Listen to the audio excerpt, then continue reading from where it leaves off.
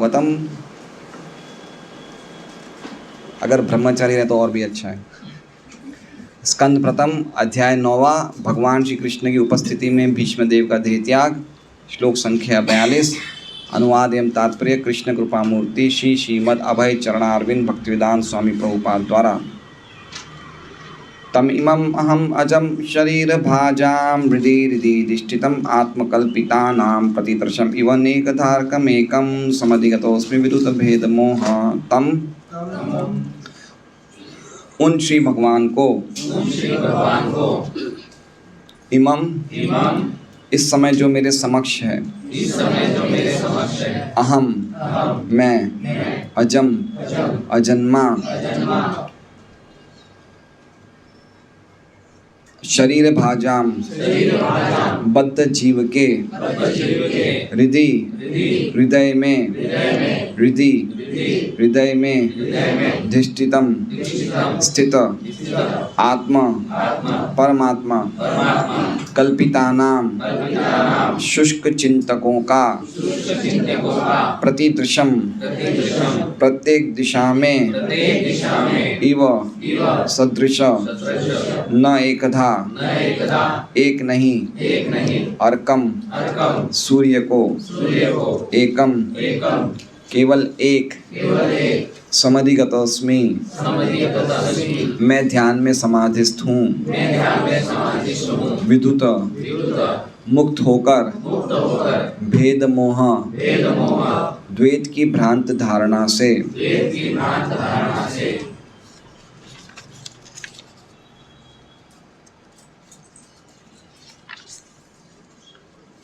अनुवाद। अब मैं पूर्ण एकाग्रता से एक ईश्वर भगवान श्री कृष्ण का ध्यान कर सकता हूँ जो इस समय मेरे सामने उपस्थित हैं, क्योंकि अब मैं प्रत्येक के हृदय में, यहाँ तक कि मनोधर्मियों के हृदय में भी रहने वाले उनके प्रति द्वैत की कुधारणाओं को पार कर चुका हूँ। वे सबके हृदय में रहते हैं। भले ही सूर्य को भिन्न भिन्न प्रकार से अनुभव किया जाए, किंतु सूर्य तो एक ही है। ओम अज्ञानतिमिरान्धस्य ज्ञानाञ्जनशलाकया चक्षुरुन्मीलितं येन तस्मै श्रीगुरवे नमः।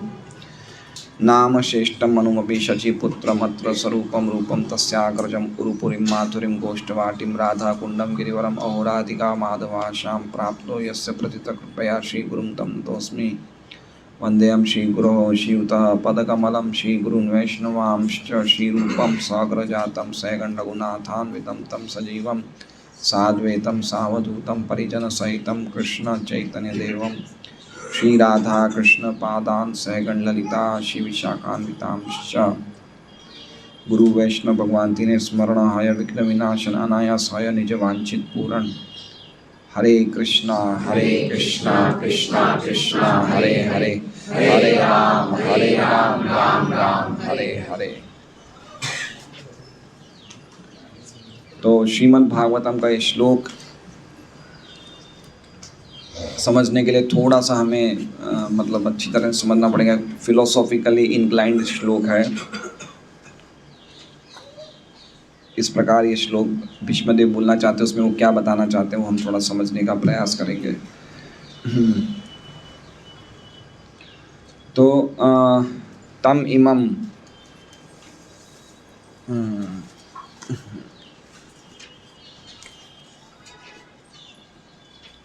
तम मतलब उन भगवान के संबंध में, उन भगवान के संबंध में मतलब जिनकी चर्चा भीष्मदेव पिछले श्लोक में कर चुके हैं। तम मतलब वो क्या श्लोक में चर्चा करी थी कि किस प्रकार वो भगवान जो हैं राजसूय यज्ञ में सबके द्वारा पूजित हो रहे थे, और वही भगवान क्या थे।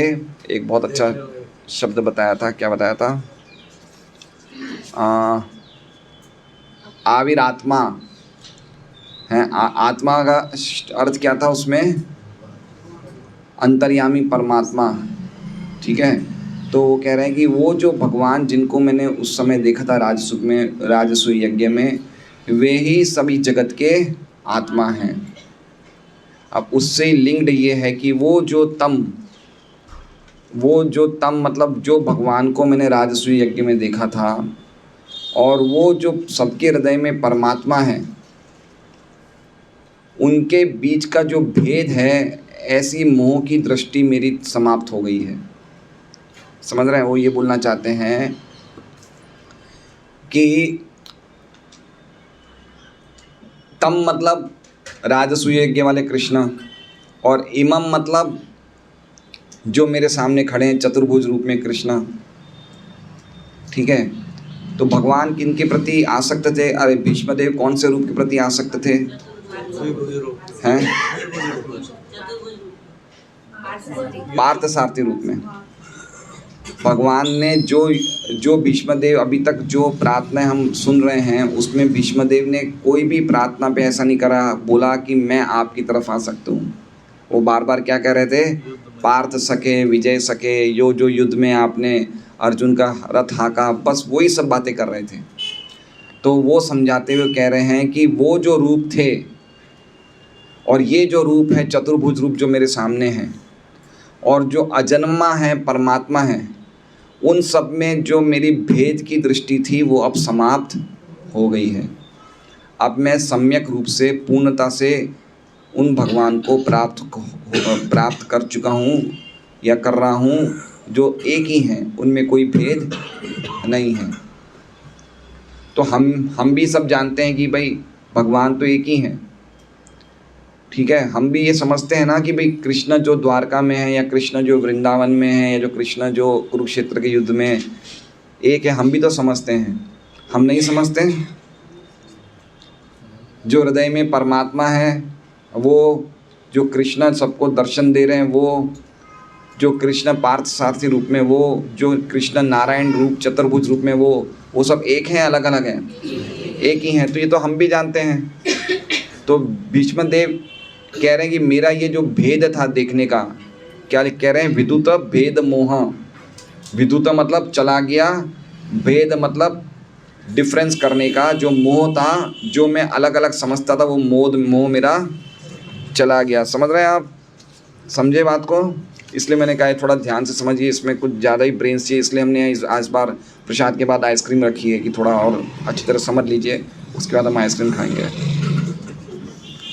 समझ रहे हैं? विद्युत मतलब तो आप लोग सोच सकते हैं कि भाई ये तो हम भी जानते हैं। तो भीष्मदेव इतनी सिद्धि की अवस्था में ये बात बोल रहे हैं कि मैं इनमें अभी भेद नहीं देख रहा हूँ। ये तो हम भी जानते हैं कि भेद नहीं है। तो हमारे समझने में और भीष्म के समझने में क्या अंतर है? पॉइंट समझ रहे हैं? भीष्म अब कह रहे हैं, जो कि भीष्म प्रेमी हैं, प्रेमी भक्त हैं, जो भगवान को एक क्षण भी नहीं भुला रहे हैं, जो भगवान के प्रेम को प्राप्त कर चुके हैं, वो कह रहे हैं कि मैंने अब मेरी भेद दृष्टि भगवान के अलग अलग रूपों में भी मेरी भेद दृष्टि अब समाप्त हो चुकी है। अब मैं पूर्णता से भगवान को प्राप्त कर चुका हूँ। तो भेद दृष्टि तो हमारी भी भगवान के रूपों में नहीं है ना, हम भी सब जानते हैं। तो हमारे में और भीष्म देव में क्या अंतर है? हाँ, हम लोग खाली थियोरेटिकल जानते हैं। हम कैसे जानते हैं? हम थियोरेटिकली जानते हैं, लेकिन जब हम लोग प्रैक्टिकल सीन में आएंगे तब इस बात को हम नहीं समझ सकते हैं। लेकिन भीष्म देव ने क्या किया है? प्रैक्टिकली आत्म साक्षात, वो भगवत साक्षात्कार के लेवल पे थे, इसलिए उन्होंने इसका व्यवहारिक रूप से इस चीज़ का आस्वादन किया है। इसलिए ये जो भेद दृष्टि है कब ख़त्म होती है? जब कोई व्यक्ति प्रेम की अवस्था में प्राप्त होता है तो उसकी ये भेद दृष्टि ख़त्म होती है। ठीक है, तो ये हमें समझना चाहिए कि भीष्म की जो भेद दृष्टि थी वो प्रेम की अवस्था में थे, अब वो समाप्त हो चुकी हैं। अब वो सबके हृदय वाले परमात्मा भगवान जो उनके सामने खड़े हैं और जिन रूपों का वो वर्णन कर रहे थे वो सब एक ही हैं। उनका ये जो वो आप समझ गए इस बात को, और इसलिए उन्होंने समधिगतोस्मि, उन्होंने उनको सम्यक रूप से प्राप्त कर लिया है। तो ये मैं लिंक बता रहा हूँ कि पिछली बार में जो आविर आत्मा शब्द बोले थे कि पूरी जगत के आत्मा हैं, जिनकी अग्र पूजा हो रही है वो पूरी जगत की आत्मा है। तो वो जो अग्र पूजा हो रही है वो जो जगत के आत्मा हैं वो, और जो मेरे सामने खड़े चतुर्भुज वो सब एक ही हैं, उनमें कोई डिफरेंस नहीं है। जो मेरा ये भेद था वो भेद रूपी मोह समाप्त हो गया है। ठीक है, तो ये प्रैक्टिकली रियलाइज़ करना इजी नहीं है। हम बोलते हैं हम शरीर नहीं हैं, ठीक है, लेकिन गुलाब जामुन तो बड़ा मीठा लगता है हमें। आप समझ रहे हो बात को? हम नहीं रह सकते, अगर हमें टाइम पे प्रसाद नहीं मिलेगा तो हम गुस्सा भी हो सकने की संभावनाएं हैं हमारे में। तो रियलाइज, ये थियोरेटिकली एक्सेप्ट करना हम शरीर नहीं है वो इजी है, लेकिन प्रैक्टिकली रियलाइज करना मुश्किल है। प्रैक्टिकली जो रियलाइज करते हैं उन्हें क्या कहते हैं? परमहंस। परमहंस। हम लोग क्या हैं? हम लोग सब वो क्या बोलते हैं, हंस नहीं हैं, बगुले हैं। वो बगुला शब्द याद नहीं आ रहा था मुझे, ठीक है। अगर आप लोग षड गोस्वामी का जो है ना अष्टकम वो पढ़ेंगे तो परमहंस का एक डेफिनेशन है उस श्लोक में, एक छठे वाले उसमें श्लोक में डेफिनेशन है जो परमहंस होते हैं उनके क्या लक्षण होते हैं, तो हम समझ सकते हैं वो परमहंस हैं। तो क्या लिखा है? निद्रा हार विहार कादि विजितो। क्या लक्षण है परमहंस का? निद्रा, आहार, विहार आदि विजितो। विजितो मतलब विजय प्राप्त कर ली। निद्रा पे, आहार पे, विहार पे, नींद पे, खाने पे और इंद्रिय तृप्ति में उन्होंने पूर्ण रूप से विजय प्राप्त कर ली। वो कौन है?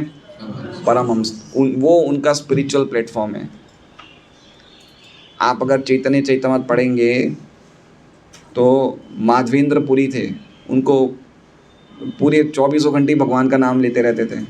थोड़ी सी 15-20 मिनट कोई झपकी आ जाती थी रात के टाइम पे। आप 6 गोस्वामी का जीवन देखिए, रूप गोस्वामी, रघुनाथ दास गोस्वामी, कोई 2-3 दिन में एक बार छाछ पी लेते थे, कोई 22-23 घंटा भजन करते हैं। तो ये परमहंस स्टेज है, ठीक है। तो ये ऐसी स्टेज पे विद्युत देह भेदम हो, मतलब वो जगह, हर जगह वो कृष्ण को ही देखता है और कुछ देखता ही नहीं है। उसे सब जगह क्या दिखते हैं? एक ही कृष्ण सब जगह दिखते हैं, लेकिन वो जानते हैं सब कृष्ण एक ही, उनमें कोई डिफरेंस नहीं है। तो ये स्टेज भीष्म देव की थी, परमहंस स्टेज। तो ये हम समझ सकते हैं। तो कल हमने बताया कि परमहंस स्टेज अभी हम नकल नहीं कर सकते, लेकिन हमें प्रयास करना चाहिए कि हम उस पद पे जाने का प्रयास करना चाहिए, है ना। क्या कहते हैं, कल मैंने जैसे कहा कि हर एक व्यक्ति को प्रयास करना चाहिए कि कल से मैं आज भक्ति थोड़ी ज़्यादा करूँगा। इसलिए रात को सोने से पहले हमें हमेशा प्रार्थना करके सोना चाहिए कि हे कृष्णा, आपसे प्रार्थना करते हैं, श्रील प्रभुपाद आपसे प्रार्थना करते हैं सुबह उठ के मेरे जप अच्छी तरह हों, है ना। सुबह उठते ही अगर हमारा ये नियम रहेगा कि अरे चलो वापस वो का वही नियम करना है, तो हम एक ही रूटीन को फॉलो करेंगे तो भक्ति में कभी उत्साह नहीं आएगा। भक्ति नित्य नूतन है, भक्ति के कार्य इस भौतिक जगत के नहीं हैं। इसलिए जैसे हम सुबह हमारी आँख खुले नींद होने के बाद, तो हमें बड़ा खुश होना चाहिए कि आज भगवान ने हमें जीवित रखा है, आज के दिन भगवान की कृपा से हम जीवित बचे हैं। नींद में भी तो कुछ लोग प्राप्त होते हैं, नींद में भी कुछ लोग मर जाते हैं ना, नींदों में चल बसे। तो अगर हम आंखें खोलें तो किन की कृपा से? ये सब भागवतम में लिखा हुआ है कि पहले भगवान आँख खोलते हैं परमात्मा रूप में, तो हम आंखें खोलते हैं।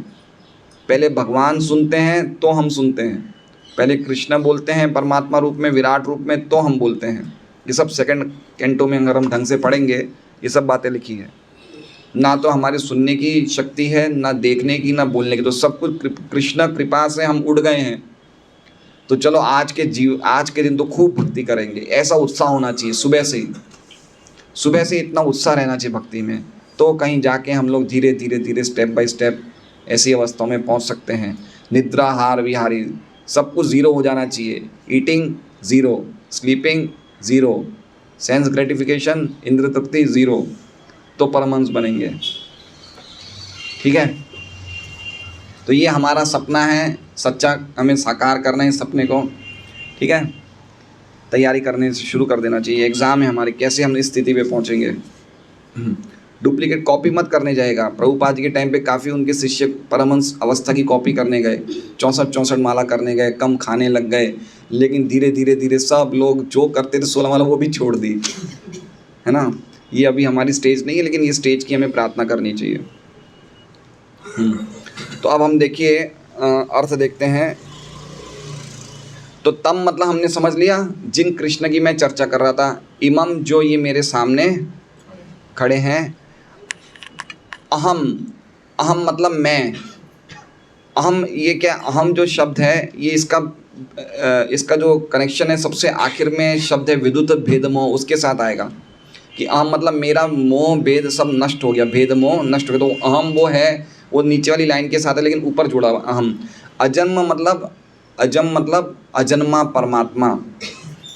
शरीर भाजाम, शरीर भाजाम मतलब हम लोग जिन्होंने शरीर को स्वीकार किया है, ठीक है। हमारे शरीर के अंदर क्या है, रिधि रिधि, हम सबके हृदय में दिष्टितम, दिष्टितम कौन है, प्रतिष्ठित है, अधिष्ठित है कौन, आत्मा। आत्मा मतलब परमात्मा,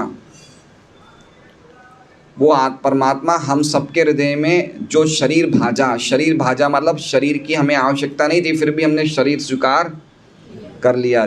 नायम देहो देह भाजाम लोके, है ना, ऋषभ देव की प्रार्थना, नायम देहो देह भाजाम। तो देह भाजाम या शरीर भाजाम एक ही वस्तु है। तो हमें यद्यपि शरीर की आवश्यकता नहीं थी फिर भी हमने शरीर अपनी इच्छा से स्वीकार कर लिया। और हम सबके हृदय हृदय प्रतिष्ठितम, हम सबके हृदय में परमात्मा, अजन्मा परमात्मा स्थित है। आत्मकल्पितानाम, कल्पितानाम मतलब जो मनोधर्म करते हैं, जो शुष्क चिंतक हैं, जो मन का शुष्क चिंतन करते हैं, उनके हृदय में भी परमात्मा रूप में भगवान हैं। प्रतिदृशम इव नेक धारकम एकम, प्रतिदृशम इव, प्रतिदृशम इव मतलब हर एक की दृष्टि में अलग अलग दिखते हैं। प्रति मतलब हर एक व्यक्ति, दृश्यम मतलब दिखते हैं। नेक प्रति, इव मतलब अलग अलग दिखते हैं, जैसे हैं लेकिन है नहीं, कौन, परमात्मा। क्या एग्जाम्पल दे रहे हैं, जैसे अर्क नेकदा अर्कम एकम, अर्कम एकम मतलब अर्क तो एक ही है लेकिन अलग अलग व्यक्तियों को अलग अलग दिखते हैं। जैसे हम बोलेंगे सूर्य कहाँ है तो बोले हमारे सिर पे हैं। अभी आप किसी को आप राजस्थान फ़ोन करोगे पिंडवाड़ा में, सूर्य कहाँ है तो क्या बोलेंगे, हमारे सिर पे हैं। तो सबके सिर पे अलग अलग सूर्य हैं क्या, सूर्य एक है लेकिन सबको क्या दिखते हैं, अलग अलग। तो उसी प्रकार से सबके हृदय में परमात्मा है ना, लेकिन दिखते कितने हैं, अलग अलग दिखते हैं, लेकिन है कितने, एक ही है। ये भगवान का दिव्य जन्म कर्म च मे दिव्यम, सबके हृदय में परमात्मा है ना। तो हम एक शरीर में हैं और शरीर के अंदर परमात्मा है, तो एक शरीर में एक ही परमात्मा हुए ना, और इनके शरीर में भी एक ही परमात्मा, तो दो परमात्मा हुए नहीं हुए, लेकिन है कितने, एक ही है। कैसे समझेंगे, जैसे हम कोई LCD या LED खरीदने जाते हैं शोरूम में, और अगर उस शोरूम में कोई मान लीजिए कोई प्रवचन देता है, ठीक है, अमित शाह प्रवचन देता है, नरेंद्र मोदी प्रवचन देता है, तो एक व्यक्ति, नरेंद्र मोदी तो एक ही है लेकिन 50 LED स्क्रीन में क्या दिखते हैं हमें, देखते ना टीवी शोरूम में सब एक एज इट इज दिख रहा है, तो है तो नरेंद्र मोदी एक ही लेकिन दिखते कितने, बहुत सारे। तो उसी प्रकार से परमात्मा सबके हृदय में अलग अलग हैं लेकिन है एक ही, सबके हृदय में अलग अलग दिखते हैं लेकिन हैं ही एक ही। तो ऐसे परमात्मा के संबंध में समधिगतोस्मि, मैं अब समाधि को या मैं अब सम्यकता को प्राप्त हो चुका हूँ, मेरी ये स्थिति आ चुकी है, मैं ध्यान में समाधिस्थ हूँ। अस्मि विद्युत, अब मैं चला गया, विद्युत मतलब मुक्त हो गया हूँ भेद मोह, द्वैत की भ्रांत धारणा से। भेद मतलब डिफरेंस और मोह मतलब भ्रांत। तो जो एक मैं समझता था कि ये कृष्ण अलग है, ये कृष्ण अलग है, वो मेरा भेद मोह चला गया, ठीक है। तो ये थोड़ा सा हार्ड है समझना, लेकिन बहुत ही समझने जैसी चीज़ है, क्योंकि हम लोग के हृदय में अभी ये सब बातें हैं, भेद मोह है ना। देखिए आप मुसलमान व्यक्ति अल्लाह बोलेगा लेकिन राम नहीं बोलेगा, है ना, कृष्ण नहीं बोलेगा, अल्लाह बोलेगा। क्यों, क्योंकि भेद है ना, हमारे अल्लाह हैं, ये राम, ये उनके भगवान है, ये हमारे भगवान। तो भेद मोह हुआ नहीं हुआ। निर्विशेषवादी कृष्ण राम नहीं बोलेंगे, परमेश्वर परमात्मा बोलेंगे, ईश्वर बोलेंगे, लेकिन राम कृष्ण नहीं बोलेंगे। तो भेद कर रहे हैं, नहीं कर रहे हैं। लेकिन जो भक्त होता है उसको पता है कि सब एक ही है, तो भक्त इंशाअल्लाह भी बोलेगा, वालेकुम सलाम भी बोलेगा, और क्या कहते हैं परमपिता परमेश्वर भी बोलेगा, ईश्वर भी बोलेगा। भक्त जानते हैं कि सब कुछ कृष्ण ही है, लेकिन वो नहीं जानते, ये भेद मोह है। हर एक तरीके से व्यक्ति अपने भगवान को अपना ही समझता है कि मेरे भगवान इनके भगवान से अलग है। तो भेद कर रहा है, नहीं कर रहा है।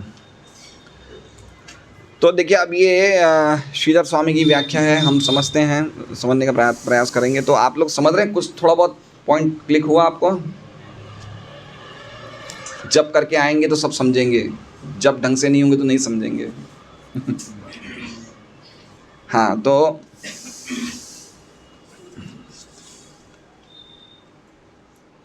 सबके सभी शरीरधारियों के पोते सर्जिला। हाँ, अब इसमें देखिए आत्मकल्पिता नाम का अर्थ श्रीधर स्वामी क्या कह रहे हैं। आत्मकल्पिता नाम एक शब्द है ना, उसका अर्थ श्रीधर स्वामी कह रहे हैं कि आत्मा मतलब भगवान परमात्मा, और कल्पिता नाम मतलब भगवान ने सभी शरीरों की रचना करी। कल्पित का अर्थ रचना भी होता है।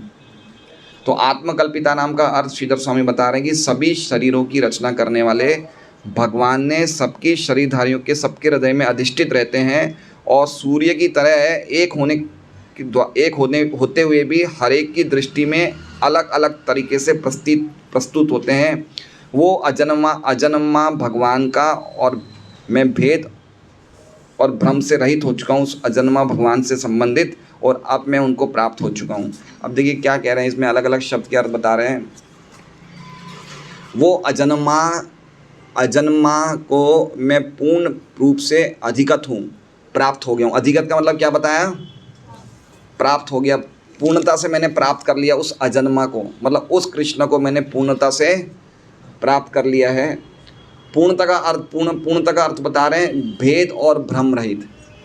पूर्णता का अर्थ क्या होता है, भेद और भ्रम रहित। जब हम पूरी तरह से भेद और भ्रम रहित हो सकते हैं तो ही हम पूर्णत्व को प्राप्त कर सकते हैं। भेद और भ्रम बिल्कुल ज़ीरो हो जाना चाहिए।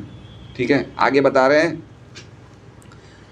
आत्मकल्पिता नाम मतलब खुद भगवान ने जो शरीर बनाए हैं सभी जीवात्माओं के, उनके हृदय में अधिष्ठित रहते हैं, और न एकधा अनेक रूप अधिष्ठान भेद के अनेक स्वरूप भास रहने वाले भगवान को मैं प्राप्त हो चुका हूँ, ऐसा अर्थ है। मतलब अनेक भगवान मतलब सबको अलग अलग दिखते हैं, है ना। हमें कभी कभी चाँद को देखते हैं तो हम वो क्या बोलते हैं, पेड़ की दो डालियों के बीच में हम चाँद को देखते हैं, लेकिन चाँद तो वहाँ ही नहीं है, चाँद तो एक ही है, समझिए। तो उसी प्रकार से हर एक व्यक्ति परमात्मा को कोई कैसे देख रहा है, कोई कैसे देख रहा है, लेकिन वो सब प्रकार से परमात्मा एक ही है। वो जो भेद मेरे भ्रम और भेद था उसको मैं समाप्त कर चुका हूँ, और उनको मैं पूर्णता से प्राप्त कर चुका हूँ। और उसका एग्जाम्पल बता रहे हैं, जिस प्रकार सूर्य अलग अलग प्रतीत होता है लेकिन एक ही है, उस प्रकार परमात्मा सबके लिए अलग अलग प्रतीत होते हैं लेकिन वो एक ही हैं। अब देखिए श्रीधर स्वामी की टीका तो बिल्कुल सिंपल ज़्यादातर रहती है। अब हम विश्वनाथ चक्रवर्ती ठाकुर की टीका देखते हैं, थोड़ी सी वो मतलब बहुत समझने जैसी है। अब विश्वनाथ चक्रवर्ती ठाकुर की जो स्टाइल है वो ऐसी है। वो भीष्मदेव को विश्वनाथ चक्रवर्ती ठाकुर ऐसा प्रस्तुत कर रहे हैं कि वो भीष्मदेव से प्रश्न पूछा जा रहा है। क्या प्रश्न पूछा जा रहा है कि तुम कृष्ण को सीधा सीधा क्यों नहीं संबोधन करते हो। क्या प्रश्न कह रहे हैं भीष्मदेव से, क्या प्रश्न पूछा जा रहा है, तुम कृष्ण को इतनी प्रार्थनाएं तुमने बोली, तुम सीधा सीधा संबोधन क्यों नहीं करते हो। आप हो, जैसे हम बोलते ना मैं तुमसे प्रेम करता हूँ, तो भैया हम सीधा सीधा संबोधन कर रहे हैं ना। आप ऐसा तो नहीं बोलते कि मैं 52 नंबर गोपाल नगर में रहने वाले से प्रेम करता हूँ। मैं क्या बोलूँगा, मैं तुमसे, भाई सीधा सीधा बोलिए ना आप। तो विश्वनाथ चक्रवर्ती ठाकुर कह रहे हैं कि भीष्म को आप सीधा सीधा क्यों नहीं बोलते हो, आप इनडायरेक्ट शब्द क्यों बोलते हो। विजय सखे, विजय रथ, कुटुंब विजय रथ, कुटुंब में मेरा प्रेम हो, परमस्य चरण रति उनमें मेरा प्रेम हो, उनमें उस भगवान में। आप साफ साफ आपके सामने जब है तो उनका ही नाम लीजिए ना कि भाई मुझे आपसे प्रेम है। आप देख रहे हैं ये विशेष चीज़ देखिए, पूरी भीष्म स्तुति में कहीं भी भीष्मदेव उनको नहीं बोल रहे कि मुझे आपसे प्रेम है। ये कैसे आचार्य क्या क्या चीज़ें बिल्कुल सूक्ष्म चीज़ें पकड़ लेते हैं, हमें कभी ये पकड़ में नहीं आएगा अगर हम कितनी बार भी पढ़ लें।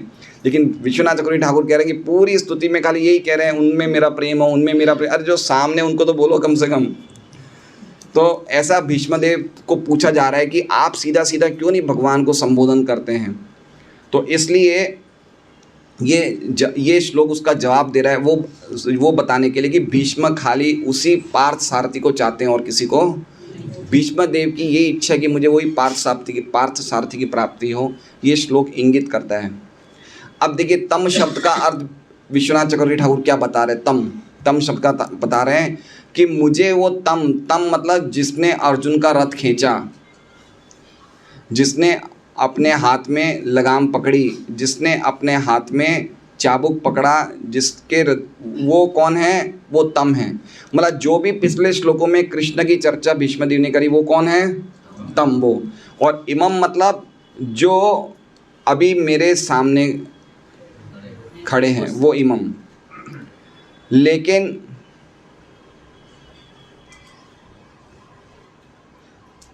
अच्छा, इमम में ये बता रहे हैं कि जो अभी मेरे हृदय में उपस्थित हैं वो इमम, लेकिन जो रथ चला रहे हैं वो मेरे हृदय में नहीं हैं, क्योंकि कृष्ण जो रथ चला रहे हैं वो पहले से ही, इसमें थोड़ा सा इंग्लिश में अलग लिखा है, लेकिन जो कृष्ण रथ चला रहे हैं वो पहले से ही मेरे रथ में प्रवेश कर गए हैं अभ्यास के द्वारा, और अब परमात्मा मेरे हृदय में नहीं प्रवेश कर पा रहे हैं।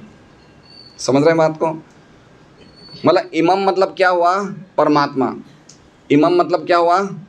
परमात्मा जो चतुर्भुज रूप में बाहर सामने खड़े हैं। तो भीष्मदेव कहना चाहते हैं, विश्वनाथ चक्रवर्ती ठाकुर ऐसा कहना चाहते हैं कि जो वो तम हैं, जो कृष्ण हैं पार्थ सारथी रूप में, वो पहले से ही मेरे हृदय में प्रवेश कर चुके हैं। अब ये जो चतुर्भुजी रूप परमात्मा ये मेरे हृदय में प्रवेश नहीं कर पा रहे। मतलब उनका अटैचमेंट किससे है? उनका वो पार्थ सारथी रूप से अटैचमेंट है। तो ये इमम का बता रहे हैं, और इसलिए परमात्मा के लिए संभव नहीं मेरे हृदय में प्रवेश करे। और ये ऐसा नहीं है कि ये इसी टाइम पे प्रवेश किए हैं। अब देखिए क्या कह रहे हैं, अजम शब्द का अर्थ बता रहे हैं। तम का अर्थ समझे हम, इमम का अर्थ समझे। अब अजम का अर्थ क्या बता रहे हैं विश्वनाथ चक्रवर्ती ठाकुर, कि ऐसा नहीं है कि युद्ध करते टाइम ही मुझे पार्थ सारथी रूप से आसक्ति हुई है, ऐसा नहीं है। इसलिए क्या बोल रहे हैं? अजम। तो कब से आसक्ति हुई है? तो कह रहे हैं ये रूप से मेरी नित्य आसक्ति है। मतलब युद्ध शुरू हुआ उससे पहले से ही मुझे पार्थ सारथी रूप से आसक्ति थी। वो इंगित करने के लिए क्या बता रहे हैं? अजम। अजम मतलब अजन्मा, नित्य। तो मेरा ये रूप से जो प्रेम है वो खाली युद्ध के दौरान नहीं हुआ कि मैंने युद्ध में 10 दिन युद्ध किया और मुझे प्रेम हो गया। युद्ध के पहले से ही मैं उस रूप को अपने हृदय में बिठाता आया हूँ, ये बता रहे हैं विश्वनाथ चक्रवर्ती ठाकुर के अनुसार। यद्यपि वो मेरे आंखों के सामने इस रूप में खाली युद्ध के समय आए, लेकिन युद्ध के पहले से ही वो मेरे हृदय में थे, क्योंकि मेरी स्वैच्छिक इच्छा थी उन्हें प्राप्त करने की, मेरी रागानुगा इच्छा थी उन्हें प्राप्त करने के लिए। इसलिए युद्ध से पहले भी वो मेरे हृदय में इसी रूप में थे, और इसलिए वो अजन्मा है क्योंकि वो मुझे हमेशा इसी रूप में दिखते हैं। अजन्मा का अर्थ समझ गए? अजन्मा मतलब नित्य, वो मुझे इसी रूप में दिखते हैं। कौन से रूप में? पार्थ सारथी रूप में। ऐसा नहीं है कि युद्ध के समय दिखे, लेकिन युद्ध के पहले भी मुझे इसी रूप में वो हमेशा मेरे हृदय में रहते थे। इसलिए वो बता रहे हैं अजन्मा शब्द का अर्थ ये है। ठीक है, अलग अलग आचार्य अलग अलग अर्थ बता रहे हैं, लेकिन फंडामेंट फिलोसॉफी एक ही है, वो समझना चाहिए। तो इसमें मेरी कोई गलती नहीं है। आगे क्या कह रहे हैं भीष्मदेव? इसमें मेरी कोई गलती नहीं है, क्योंकि भगवान सबके हृदय में सबके भाग्य को और सबके दुर्भाग्य को बनाते हैं। अब देखिए क्या उन्होंने नई बात बताई। इसमें मेरी गलती नहीं है, क्योंकि सबके हृदय में कौन बैठे हैं? परमात्मा है, और वो ही सबके भाग्य का और दुर्भाग्य का ऑर्डर कर रहे हैं। भाग्य और दुर्भाग्य का निर्माण तो जीवात्मा करता है, परमात्मा नहीं करते। लेकिन वो क्या कर रहे हैं? ऑर्डर कर रहे हैं। समझ रहे हैं बात को? वो कैसे हैं बता रहे हैं। वो ये बता रहे हैं कि वो सबके हृदय में बैठे हैं, इसलिए बोल रहे हैं अधिष्ठितम। अधिष्ठितम शब्द है। अधिष्ठितम शब्द का अर्थ क्या बता रहे हैं? वो सभी जीवात्माओं के हृदय में बैठे हैं और उनकी इच्छाओं के अनुसार वो हमें आदेश दे रहे हैं। तो उन्होंने ही मुझे आदेश दिया कि पार्थ सारथी रूप से आ सकता हूँ, तो मैं आ सकता हूँ, उसमें मैं क्या करूँ?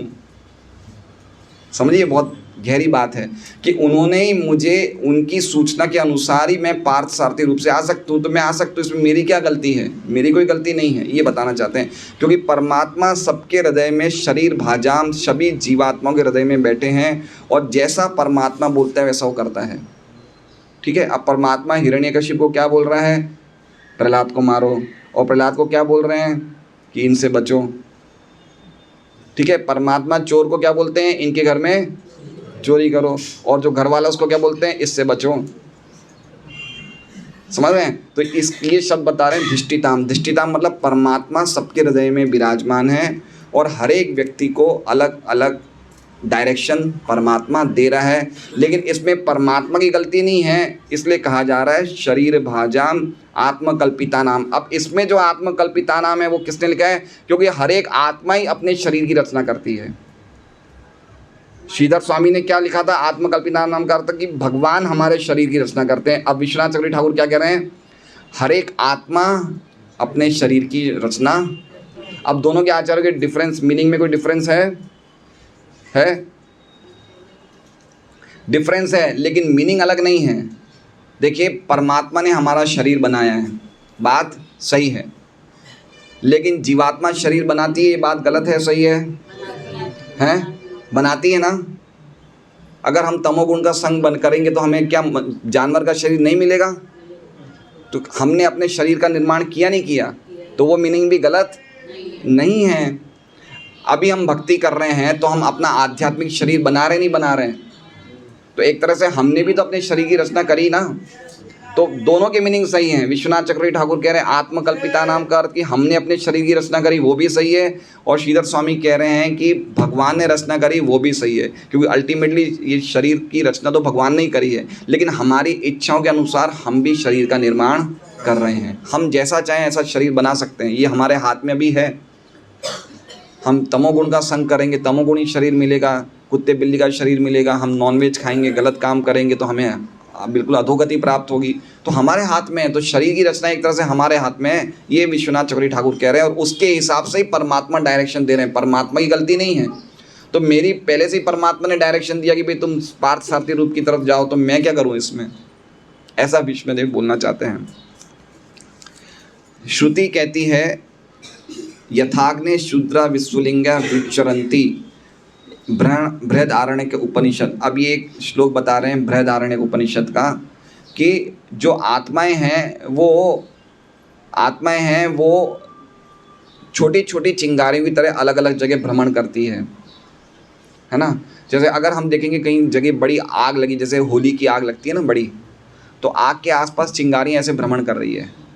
तो विश्वनाथ चक्रवर्ती ठाकुर इस उदाहरण के द्वारा बोलने चाहते हैं कि हम लोग वो आग रूपी कृष्ण की छोटी छोटी चिंगारियां हैं जो ऐसे ऐसे भ्रमण कर रही है। कोई देवताओं के शरीर में जा रही है, कोई ऋषियों के शरीर में जा रही है, कोई मनुष्य के शरीर में जा रही है। तो इसमें परमात्मा क्या करे?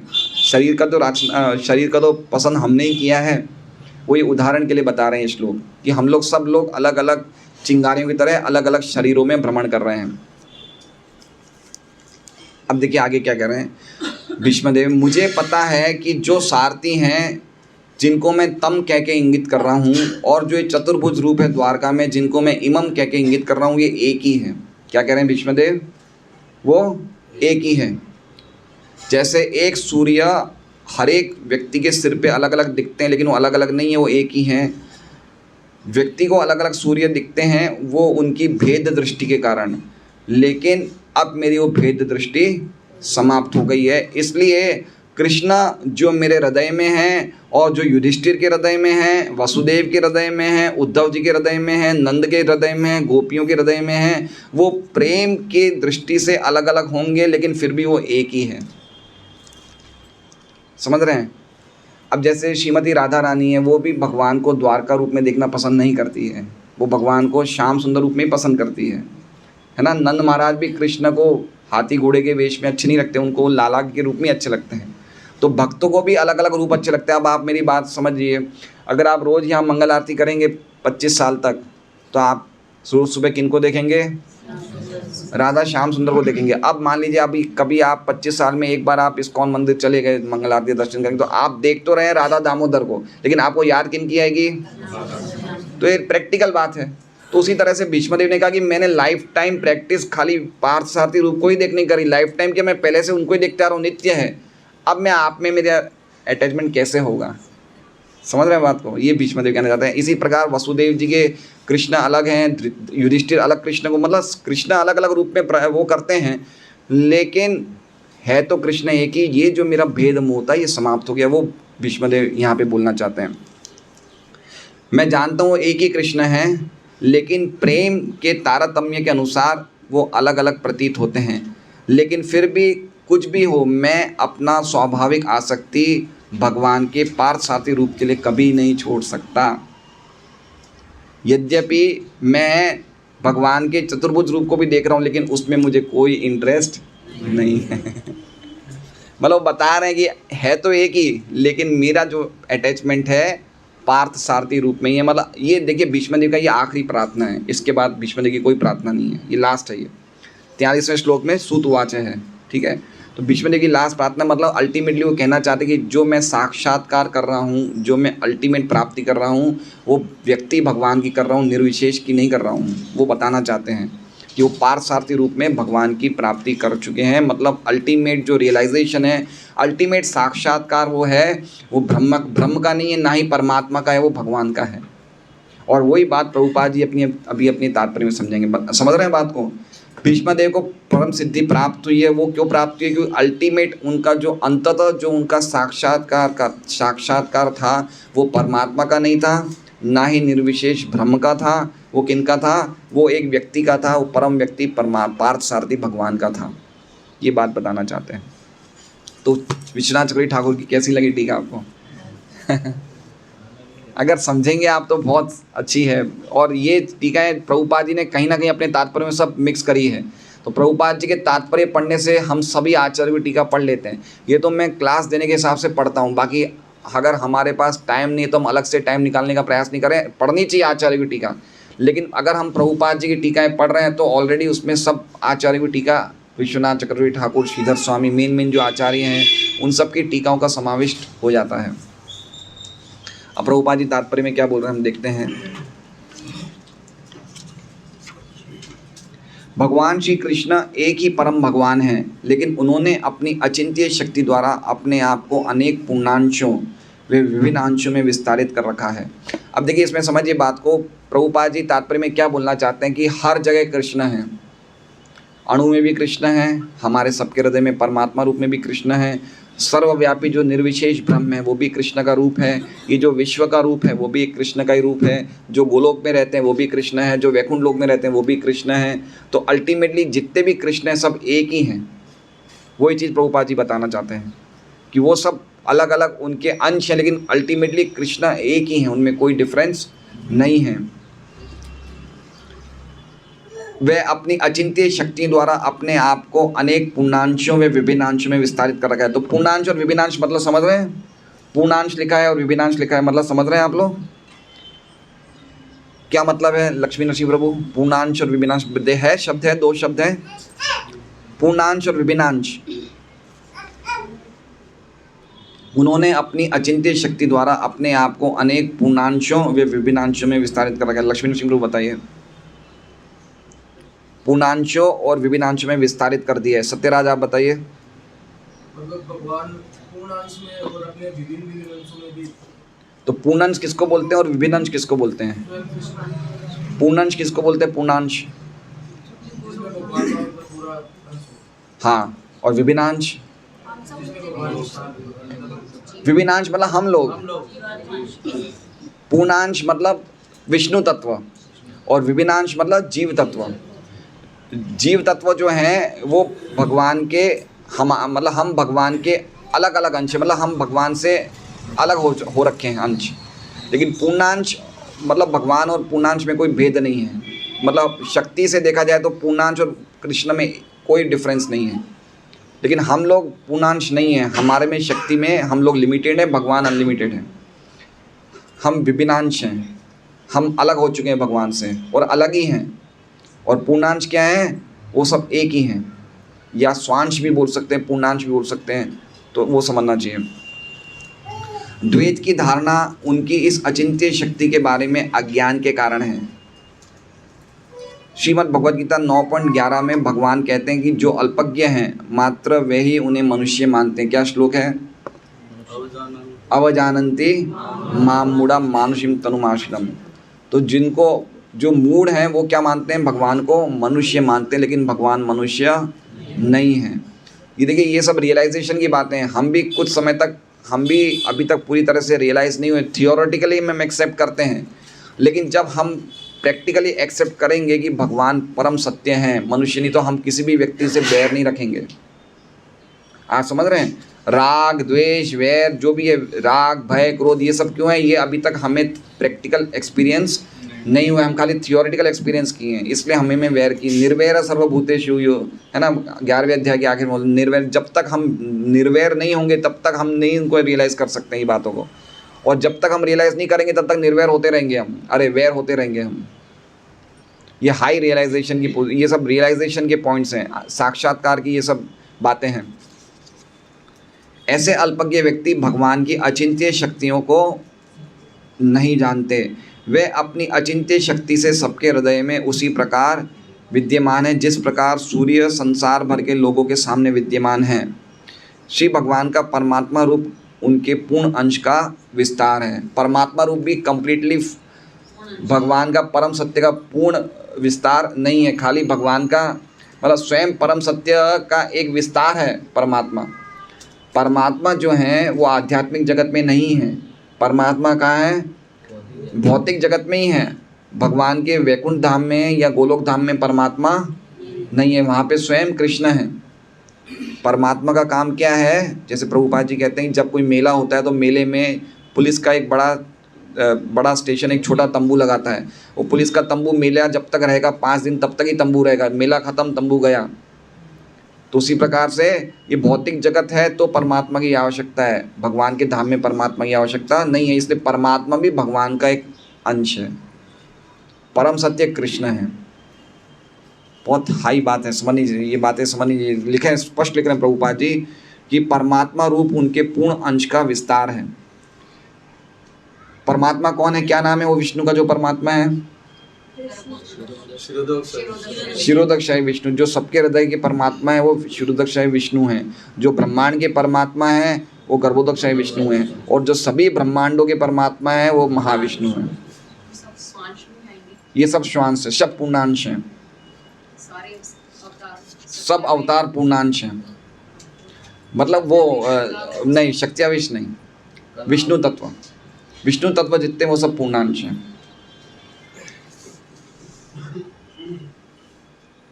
कुछ दक्षिणा देते नहीं, कितना बोलूं मैं, बताइए।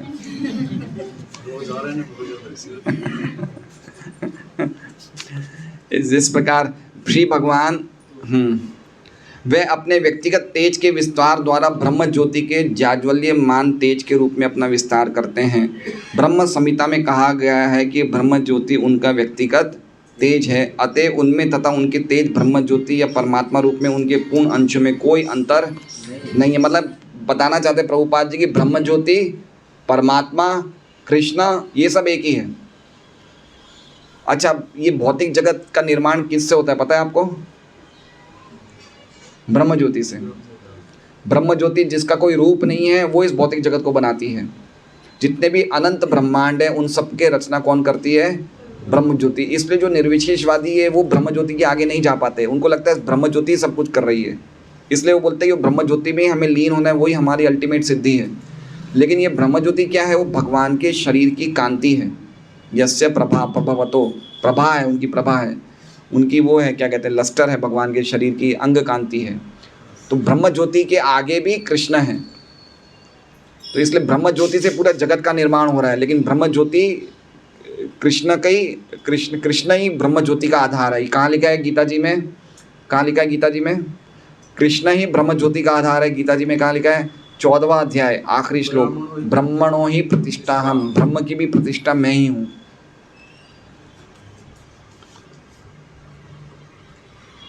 अल्पज्ञानी लोग जिन्हें इस तथ्य का पता नहीं है वे ब्रह्म ज्योति तथा परमात्मा को भगवान श्री कृष्ण से भिन्न समझते। तो हमने बताया ना, जो योगी होगा वो परमात्मा का चिंतन करेगा, जो निर्विशेष वादी होगा वो ईश्वर परमपिता परमात्मा ऐसे शब्द बोलेगा, वो भगवान के शब्द नहीं बोलेगा, क्योंकि उनको लगता है भगवान इनसे अलग है। वो कृष्ण और राम को क्या समझते हैं कि ये असली सत्य तो अजन्मा है जिसका कोई रूप नहीं है, कृष्ण और राम तो शरीर लेके आते हैं। जो अल्टीमेट सत्य है वो निराकार है, निराकार ब्रह्म है, और कृष्ण और राम जो होते हैं सतोगुण का शरीर लेके आते हैं, लेकिन वो अल्टीमेटली वो नहीं है। तो ये क्या भेद समझते हैं? ये भेद नहीं है। श्री भीष्म देव के मन से द्वैत की ये सब कुधारणाएं पूर्ण रूप से मिट चुकी हैं और वे अब संतुष्ट हैं कि वे भगवान कृष्ण ही हैं जो सब कुछ हैं।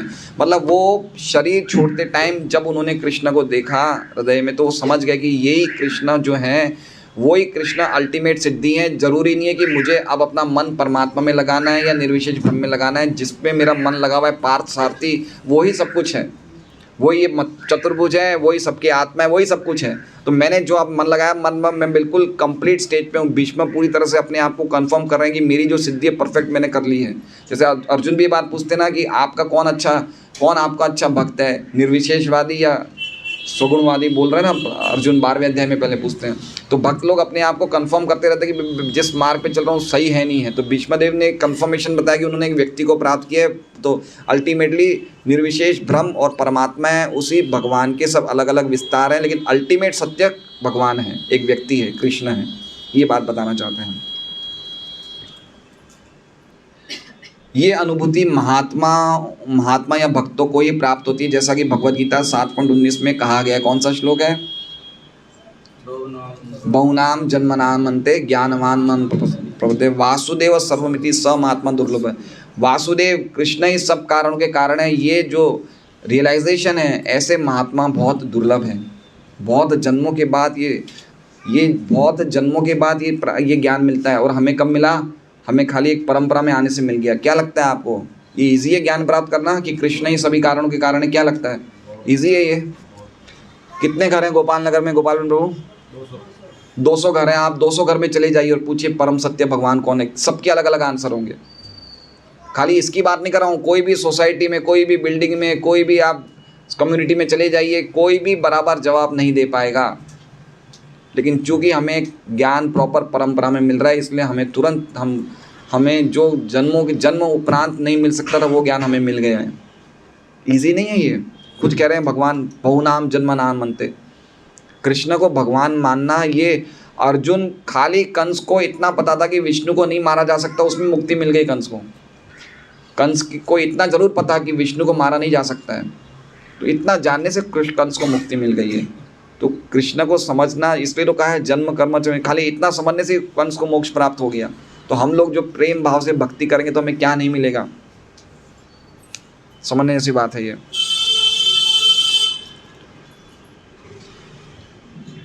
कहा है कि श्री वासुदेव ही सर्वा है और श्री वासुदेव के बिना किसी का कोई अस्तित्व नहीं है। श्री वासुदेव या भगवान श्री कृष्ण ही आदि परम पुरुष हैं, जिसकी पुष्टि अब भीष्मदेव द्वारा हो रही है। भीष्मदेव 12 महाजनों में से एक हैं। अतएव नव जिज्ञासुओं तथा शुद्ध भक्त दोनों को समान रूप से उनके चरण चिन्हों का अनुसरण करने का प्रयास करना चाहिए। भक्ति मार्ग के लिए यही विधि है। मतलब प्रभुपाद जी बता रहे हैं, जो हमारे महाजन करते हैं उसका अनुसरण करो। महाजन कृष्ण को मान रहे हैं परम सत्य, तो हमें अनुसरण करना चाहिए। हम अपने नया मार्ग क्यों बनाएं या हम गलत मार्ग पे क्यों जाएं? उन्होंने हमें बताया है रास्ता, और वो रास्ता उन्होंने खुद उसको रियलाइज़ किया है। जैसे भीष्म है, नारद जी हैं, इन्होंने एक मार्ग को बताया है और हमें उसका अनुसरण करना चाहिए, उस मार्ग पे चलना चाहिए, ना कि हम कोई गलत मार्ग पे चलें। भीष्मदेव के आराध्य पार्थ सारथी रूप में भगवान श्री कृष्ण हैं और वही कृष्ण वृंदावन में गोपियों के सर्वाधिक अब देखिए विश्वनाथ चक्रवर्ती ठाकुर की टीका ही नहीं है, वही कृष्ण वृंदावन में गोपियों के सर्वाधिक मनोहर श्याम सुंदर है। कभी कभी अल्पज्ञ अध्येता गलती से ये सोचते हैं कि वृंदावन के कृष्ण तथा कुरुक्षेत्र युद्ध वाले कृष्ण पृथक पृथक व्यक्तित्व हैं। बहुत लोग ऐसे हैं जो समझते हैं कि वृंदावन वाले जो कृष्ण हैं उन्होंने गीता नहीं बोली है, ये गीता बोलने वाला और कोई है। अभी भी ऐसे लोग हैं, आपको पता है। जो ब्रह्म कुमारी वाले वो बोलते हैं गीता कृष्ण ने नहीं बोली है, वो ये बोलते हैं शिव बोली, लेकिन वो शिव जी अपने वाले शिव जी भी नहीं, वो ये अपने जो शिव जी हैं, ये शिव पार्वती वाले, वो शिव जी की बात ही नहीं करते, वो अलग ही शिव की बात करते हैं, शिव बाबा बोलते हैं, और उन्होंने गीता बोली है। तो लोगों के अल्पज्ञ लोग हैं ये सब। लेकिन भीष्मदेव के मन से ये भ्रांति पूर्ण रूप से दूर हो चुकी है। यहाँ तक कि निर्विशेषवादियों के लक्ष्य निराकार ज्योति के रूप में भगवान श्री कृष्ण ही हैं और योगियों के लक्ष्य परमात्मा भी भगवान कृष्ण ही हैं। भगवान कृष्ण ब्रह्म ज्योति तथा अंतर्यामी परमात्मा दोनों ही हैं, लेकिन ब्रह्म ज्योति और परमात्मा भगवान कृष्ण का पूर्ण प्रतिनिधित्व नहीं करते हैं। समझ रहे हैं बात को? कृष्ण की अभिव्यक्ति परमात्मा है, कृष्ण की अभिव्यक्ति निर्विशेष ब्रह्म है, लेकिन परमात्मा की अभिव्यक्ति कृष्ण नहीं है। कभी आप लोगों ने ऐसी फ़ोटो देखी है जिसमें राधा कृष्ण कर रहे थे और पीछे ओम का निशान होता है? देखिए ये पीछे प्रकाश होता है और आगे राधा कृष्ण होता है, तो अल्टीमेटली जो चित्रकार है उसकी क्या भावना रहती है कि ओम से राधा कृष्ण निकले हैं, या प्रकाश से राधा कृष्ण निकले हैं, या निराकार ब्रह्म ज्योति से राधा कृष्ण निकले हैं। तो इसमें प्रभुपाद जी बात स्पष्ट कह रहे हैं कि कृष्ण से ब्रह्म ज्योति निकली है, परमात्मा निकली है, परमात्मा से कृष्ण नहीं निकले हैं। कृष्ण की अभिव्यक्ति मतलब उनका विस्तार परमात्मा है। यद्यपि परमात्मा, कृष्ण, ब्रह्म ज्योति तीनों एक ही हैं, लेकिन तीनों के स्टूडेंट्स अलग अलग कैटेगरी में हैं। ब्रह्म ज्योति का जो स्टूडेंट होगा वो ज्ञानी है, परमात्मा का जो स्टूडेंट है वो योगी है, और भगवान का जो स्टूडेंट है वो भक्त है। स्टूडेंट्स अलग अलग हैं और स्टूडेंट्स का गंतव्य भी अलग अलग है, लेकिन जिनकी उपासना करें वो तीनों एक ही हैं। ठीक है, जैसे मान लीजिए कि ये क्या नाम है अपने क्या नाम है ये गोपाल बिन प्रभु सापुतारा जाएंगे, तो सापुतारा जा रहे हैं, दूर से तो क्या देख रहे हैं, खाली वो देख रहे हैं, क्या कहते हैं, बादल ही बादल देख रहे हैं। फिर पास जाएंगे तो उनको दिखेगा कुछ पहाड़ भी है, और बिल्कुल पास जाएंगे तो उन पहाड़ों में घर भी हैं, लोग आ जा रहे हैं। तो एक ही चीज़ को देख रहे हैं लेकिन तीन तरीके से देख रहे हैं। तो उसी तरह से ये तीनों स्टूडेंट हैं, वो एक ही वस्तु की उपासना कर रहे हैं, लेकिन उनके लिए कैटेगरी तीनों की अलग अलग हो गई है। ब्रह्म, परमात्मा, भगवान तीनों एक ही हैं, लेकिन स्टूडेंटों ने अपने अपने अलग अलग मार्ग बना रखे हैं। समझ रहे हैं बात को? ये बात समझने जैसी है। कैटेगरी अलग अलग है, चीज उपासना एक ही है, वही ब्रह्म एक ही है, परमात्मा एक ही, भगवान एक ही है। रियलाइजेशन का साक्षात्कार का भेद है। शुरुआत में हम ब्रह्म का साक्षात्कार करेंगे, थोड़ा बढ़ जाएंगे तो परमात्मा का साक्षात्कार करेंगे, तो अल्टीमेट साक्षात्कार भगवान का है। इसलिए मैंने कहा थोड़े हार्ड सब्जेक्ट मैटर है आज के। न भगवान, लेकिन ब्रह्म ज्योति या परमात्मा में न तो भगवान कृष्ण होते हैं, न भगवान श्री कृष्ण के मधुर संबंध। अपने साकार रूप में भगवान कृष्ण पार्थ सारथी तथा वृंदावन के श्याम सुंदर दोनों ही हैं, लेकिन निराकार पक्ष में वे ना तो ब्रह्म ज्योति में हैं और ना ही परमात्मा में हैं।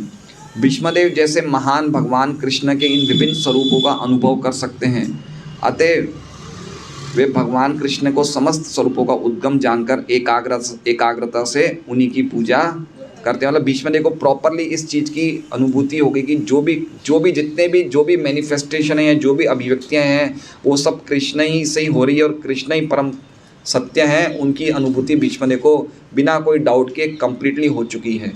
ये इस श्लोक में बता रहे। तो यहाँ पे भीष्मदेव की स्तुतियाँ पूरी हो गई आज। हरे कृष्णा।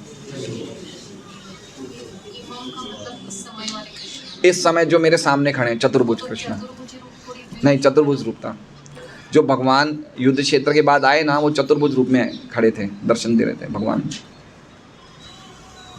अब एक बात मुझे समझनी है कि कुछ लोगों को पहले हमने ये पढ़ा था कि चतुर्भुज रूप से भीष्मदेव अटैक थे। अब वो मुझे समझना चाहिए, वो मुझे पूछना पड़ेगा। हमने कुछ लोग पहले पढ़ा था, है ना, है। अब ये आपने प्रश्न मुझे कहाँ पूछा, वो मैंने खुद का ही प्रश्न निकला है। आपने तो पूछा नहीं कि प्रभु जी उस श्लोक में तो आपने बताया था कि चतुर्भुज रूप से अटैच हैं, और अभी बता रहे हैं, है ना, एक श्लोक है ऐसा शुरुआत में है। लेकिन क्यों उसका मुझे समझना पड़ेगा, किसी से पूछना पड़ेगा मुझे कि ऐसा क्यों हुआ।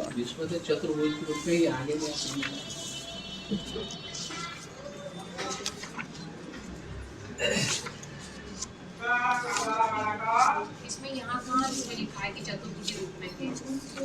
पिछले श्लोक में नहीं, जब सामने खड़े थे वो कहीं ना कहीं लिखा हुआ है, मैं बताता हूँ। पहले मैं ये देखना चाहता हूँ कि इसमें शुरू में कहाँ चतुर्भुज लिखा है। ये बंद कर सकते हैं आप।